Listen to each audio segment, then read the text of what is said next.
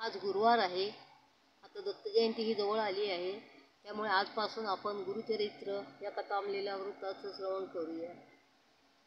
श्री गणेशाय नमः, श्री सरस्वती नमः, श्री कुलदेवताय नमः, श्रीपाद वल्लभाय नमः, श्री नरसिंह सरस्वतीय नमः.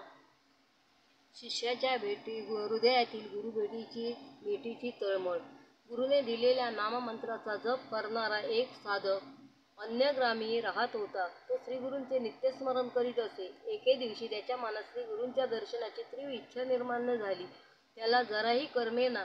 त्यानुसार तो निश्चयाने गाणगापूर दिशेने मार्गक्रमण करू लागला. कधी एकदा श्रीगुरूंचे दर्शन होते असे त्याला झाले होते. देह पडला तरी चालेल, पण श्रीगुरूंचे दर्शन घेतल्याशिवाय परतायचे नाही, असा निर्वाणीचा विचार करूनच तो एक पाऊल पुढे टाकत होता. त्याला तहान भुकेची पर्वा नव्हती.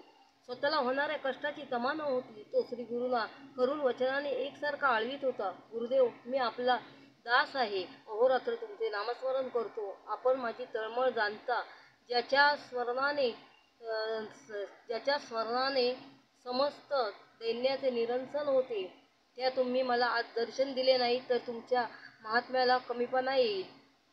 परिसाच्या स्पर्शाने लोखंडाचे सुवर्ण झाल्याशिवाय राहत नाही तर दोष कोणाचा? तुमच्या भेटीसाठी मी अत्यंत व्याकुळ झालो आहे. व्याकुळ झालो असता तुम्ही माझ्यावर कृपा केली नाही तर मी कोठे जाऊ? वेद म्हणतात गुरु हेच त्रयमूर्ती आहेत, भक्तांसाठी कृपासिंधू आहेत. कलियुगात ते नरसिंह सरस्वती या नावाने विख्यात होतील. अगम्य लीला दाखवून लोकांचा उद्धार करतील.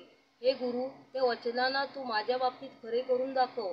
त्याशिवाय माझा विश्वास कसा बसणार? ब्रह्मा, विष्णू, महेश या तिन्ही देवांचे गुण तुझ्या ठायी एकवटले आहेत. तू भक्तवत्सल, भक्ताभिमानी, भक्तरक्षक आणि भक्तांचा सर्व सहाय्यकर्ता आहेस.